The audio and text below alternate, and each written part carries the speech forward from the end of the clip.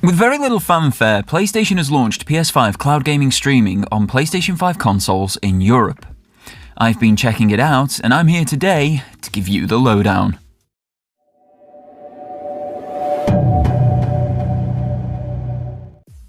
Firstly, yes, this service can currently only be accessed from one piece of hardware, which can also run these games natively: the PlayStation 5. PlayStation have used the words "for now" in their marketing and blog posts when stating that this is only available on the PlayStation 5 console, opening the door for wider compatibility in the future. The service is meant to offer full PlayStation 5 capabilities over an internet connection. This means up to 4K visuals, up to 120 frames per second, the entire DualSense suite of feedback, and even clipping of game content up to 3 minutes in length. The big bonus here is no downloads to that quite small 825GB SSD, freeing up space for the games that you actually need to install because cloud isn't an option for them. So how does it work? And how good is it?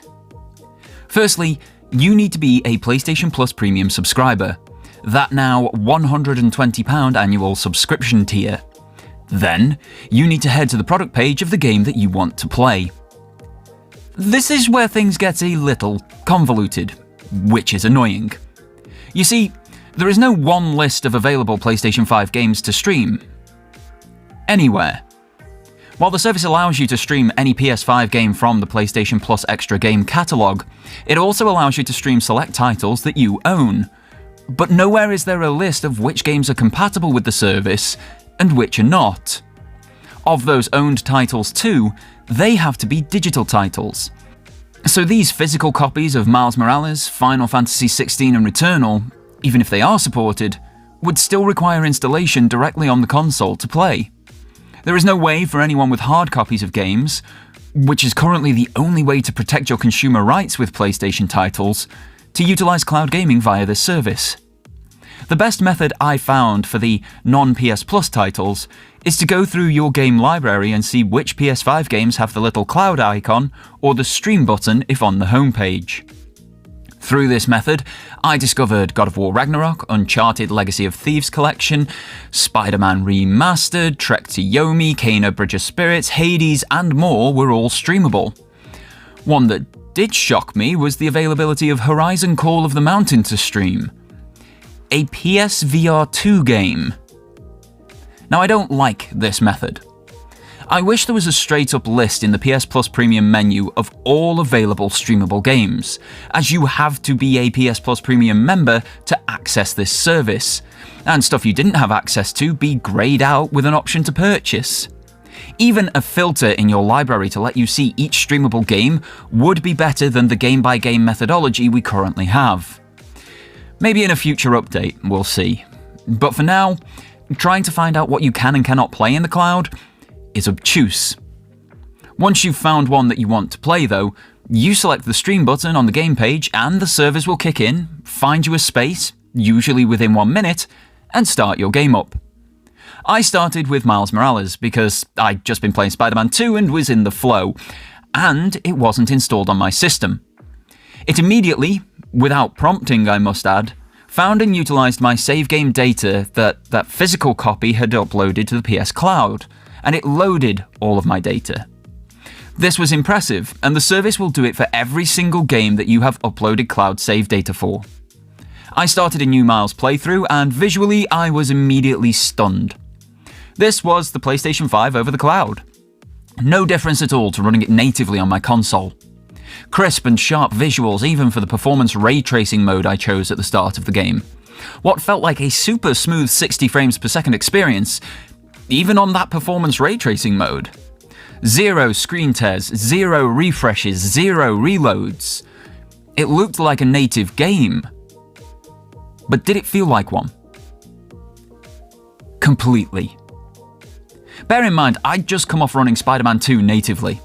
And make sure you hit that subscribe button for the review of that game when it goes live, which is a brand new squeeze everything we can out of the system game. And Miles felt just as responsive, just as fluid, just as natural. Personally, I think that speaks volumes. But to put words to it, it felt like I was playing on my PS5, even though technically I wasn't. It was a stunning first impression. My second impression, however, in Uncharted 4 via the Legacy of Thieves collection, was basically the polar opposite. Don't get me wrong, looks-wise, it still looked like a PlayStation 5 game. Nice sharp visuals, good frame rates, etc, etc. But the input lag was horrific, basically making it unplayable. Now I know I'm out of practice for Uncharted games, and this save was on crushing mode. But I couldn't aim. I couldn't fight, because my ability to input via the controller was hampered by lag. I had a terrible time in Uncharted 4. Destiny 2 stepped it up a bit in my third impression, but input lag was still present there. Was this from the fact that the server I was playing on had to communicate to both my PlayStation 5 and the Bungie servers to allow the game input? If so, it wouldn't explain the unplayable experience in Uncharted. While there was still lag in Destiny, it was copable. What I mean by that is, it wasn't bad and it was consistent, so I could adjust my inputs appropriately to still be able to play the game. Slightly less well than normal, but good enough to get by and contribute.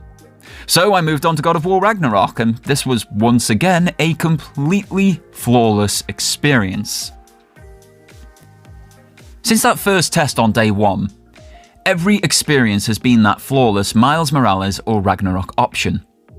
The only exception there being Call of the Mountain, the VR title that was supposedly streamable. When I came to test that, less than 24 hours after the service launched, the stream button had been removed. In some ways, I'm not surprised. VR can make you nauseous at the best of times. Trying to keep steady frames and tracking while streaming the game could cause some serious challenges for the player. It is something I would be interested in the future though, cloud VR gaming.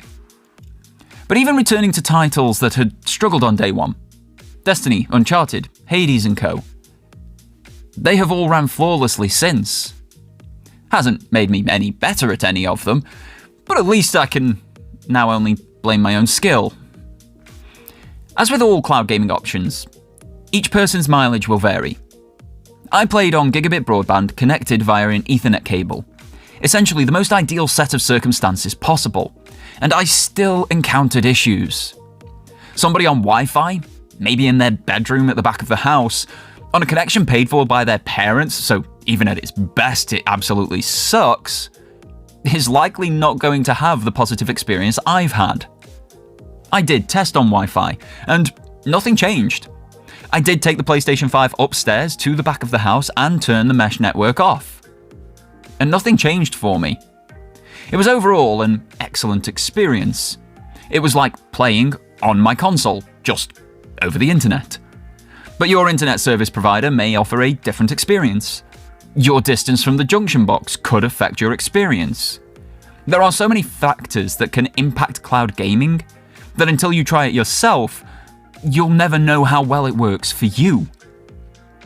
This for PlayStation, however, is not only a good step forward in their 9-year cloud gaming history, but also a new building block to advance from with a push into cloud over the remainder of this generation.